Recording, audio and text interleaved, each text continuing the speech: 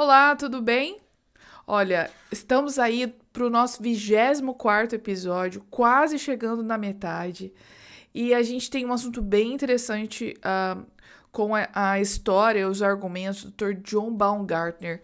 Se você chegou aqui meio caído aleatoriamente, esse é o canal da Sociedade de Criacionista Brasileira e esse aqui é tipo o nosso clube do livro, em que cada episódio a gente discute, né, argumentos, não na minha visão, não na visão da SCB, mas na perspectiva de 50 cientistas e sobre temas que para eles são super relevantes, quando eles tomaram a decisão de crer na criação, né? Então, esses temas que são mencionados aqui por eles são temas fundamentais e a gente tem cientistas de diversas áreas aqui, desde da área da física, da biologia, da química. Nos próximos episódios a gente vai falar mais sobre teologia, tá? Nessas diferentes perspectivas. Este aqui, ó, é o livro em 6 dias, porque 50 cientistas decidiram acreditar na criação. O livro é uma organização, né, já que cada cientista escreveu um capítulo, Dr. John Ashton, e ele está disponível lá no site da scb.org.br. Você pode acessar, você pode pedir para ter uma cópia sua em casa, tá bom? Vamos lá para o nosso episódio?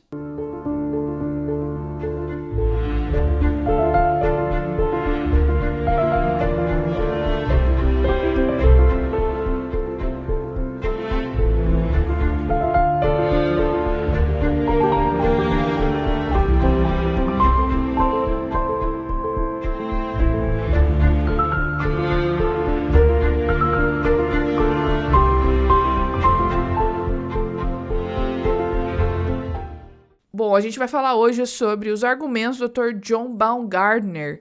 Ele é geofísico também, né? Assim como o Dr. Thomson no episódio passado.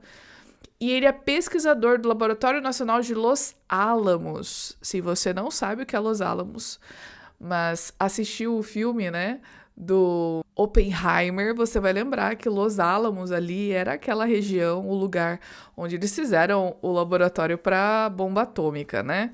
Mas enfim, o foco aqui do Dr. Baumgartner é justamente a impossibilidade matemática das interações aleatórias criarem a vida. E ele fala também sobre a natureza não material da linguagem que está no nosso DNA. Bom, você já deve ter ouvido falar que um argumento bem frequente para os ateístas, para os evolucionistas, é o seguinte: se eu tenho tempo suficiente, tudo pode acontecer. Mas a gente tem uma questão, né? Não há tempo suficiente, não há um tempo infinito. O tempo ele começou, né, e vai terminar eventualmente.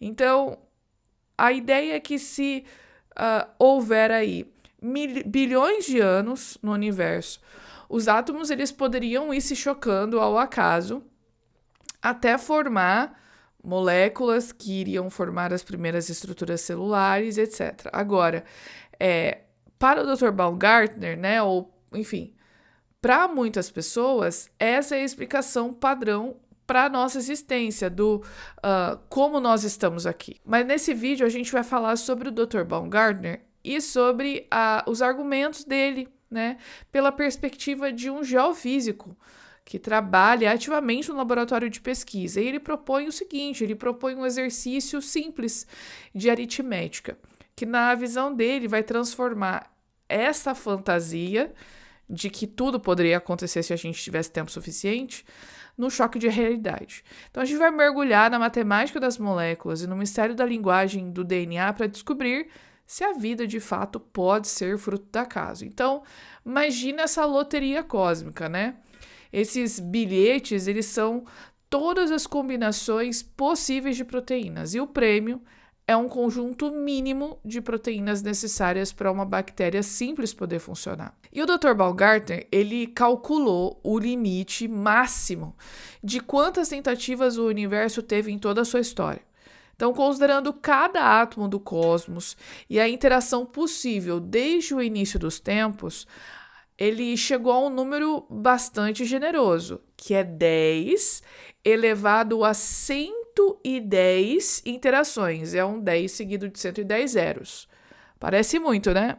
Mas agora é o seguinte, olha para uma única proteína pequena, que tem aí 200 aminoácidos.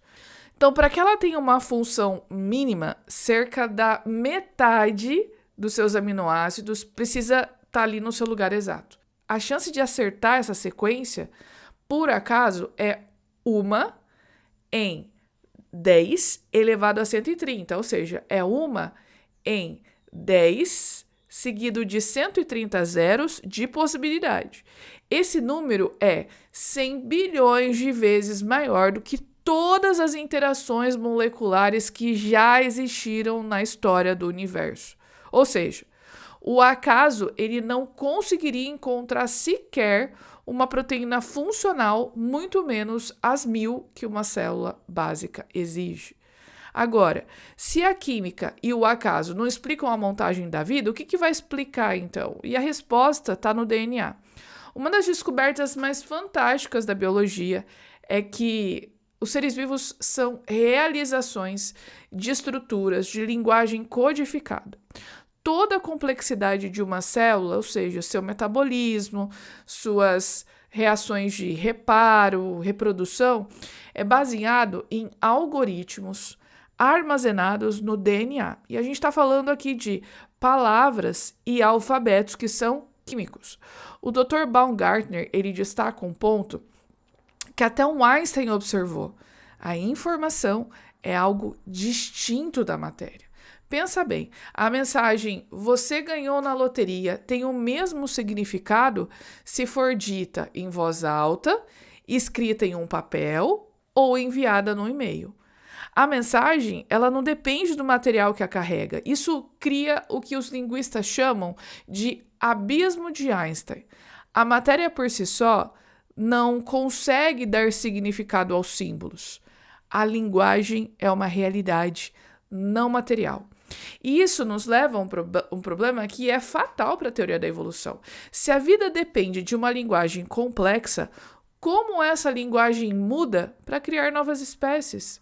Então, especialistas em teoria da informação, como o professor Murray Eden, do MIT, explicam que linguagens formais não toleram mudanças aleatórias. Então, se você pegar o código de um software e começar a trocar letras ao acaso, você não vai criar um programa melhor. Você vai destruir o significado e o programa vai parar de funcionar. Da mesma forma, processos materiais e aleatórios são impotentes para criar ou modificar as estruturas de linguagem complexa que a vida exige. Então, para o Dr. Baumgartner, aqui, a conclusão ela é lógica e direta. Se a vida depende de códigos de linguagem que não têm origem na matéria, então a explicação para a nossa existência deve ser não material. E essa complexidade que nós vemos, desde as 1000 proteínas de uma bactéria até as 100.000 proteínas de um mamífero, aponta para uma única direção: a necessidade de um criador inteligente. A ciência, quando olhamos para os números e para a natureza da informação, ela deixa de dar suporte para o acaso e se torna um testemunho para o design. E aí, o que é que você acha? Você acha que o acaso poderia ser um excelente programador? Não esquece de deixar a sua opinião aqui nos comentários, de curtir esse vídeo, de compartilhar. E se você está aqui e só vem para cá para assistir, curte, dá um suporte para a SCB crescer, para que outras pessoas possam conhecê-la assim como você conhece também, tá? Até a próxima!